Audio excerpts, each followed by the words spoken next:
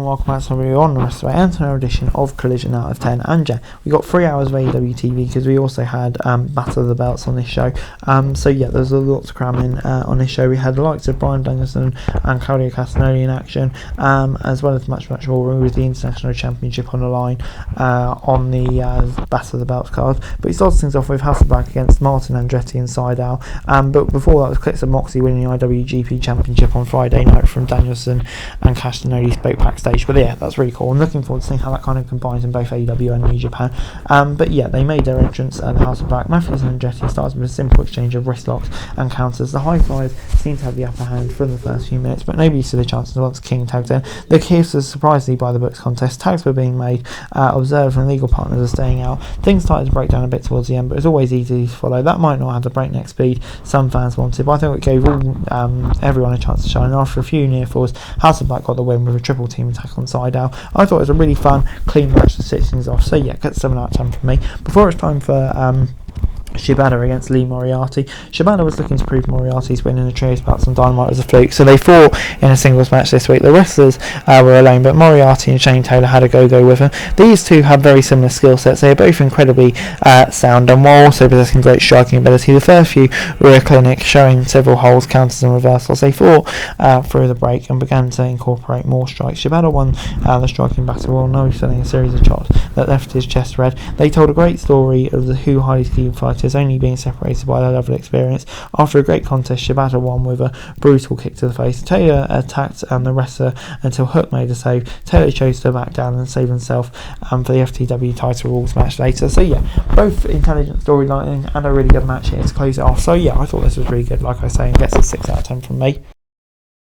Daniel Garcia was then in action against Angelico. So Pentaco accompanied Angelico to the ring. This was a bit of a bonus since it wasn't announced prior to the show. Much like Shibata and Moriarty, these two men pride themselves on technical ability, and Angelico won their initial exchange and celebrated a bit before Red Death came back and won the next exchange. The match only lasted 1 segment but packed a lot into a few minutes. Garcia scored the win and celebrated with a happy crowd. But yeah, gets 6 out of 10 from me. Wasn't really much to it, just dominant win for Garcia and just building up momentum for him.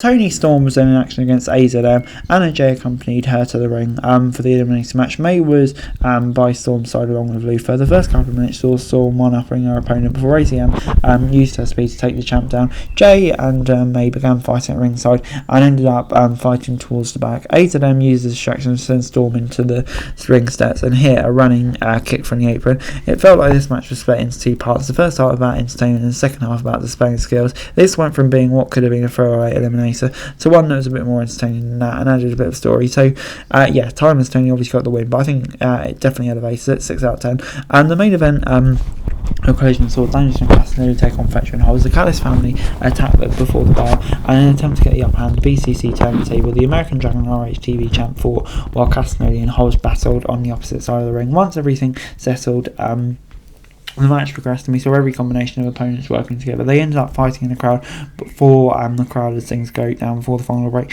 Even though every move we saw looked either good or great, the flow of this match was a little off.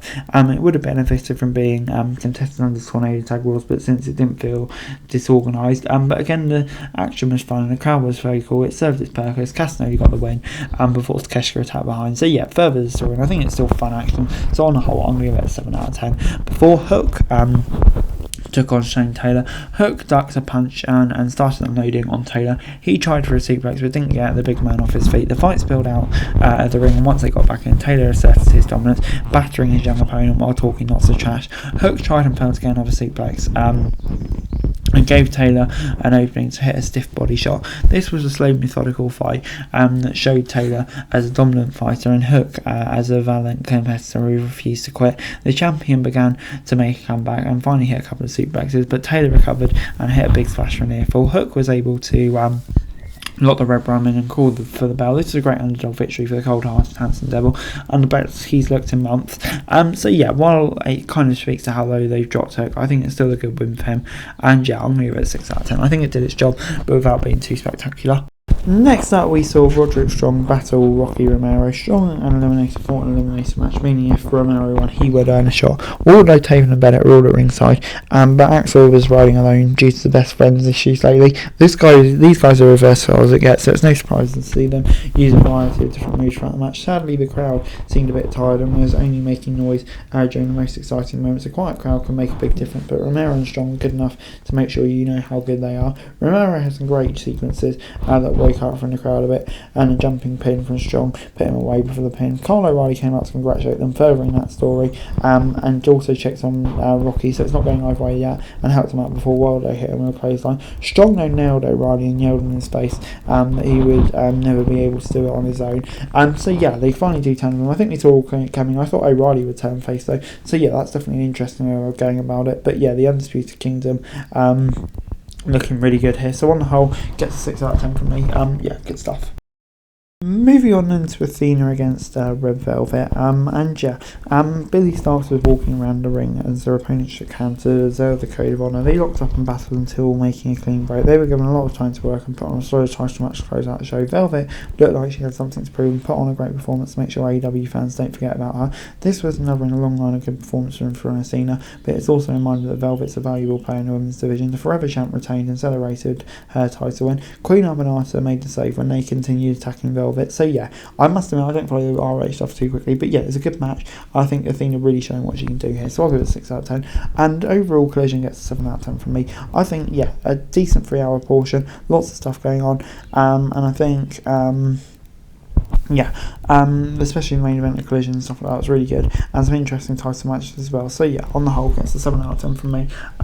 Good stuff. Hey guys, that's it for this video. Thanks very much for watching. Remember to like, share, subscribe, follow us on our socials, link in the description below for daily wrestling news, meme and content. Subscribe to our other channels on screen right now, that'd be greatly appreciated. Thanks very much for watching. Peace out.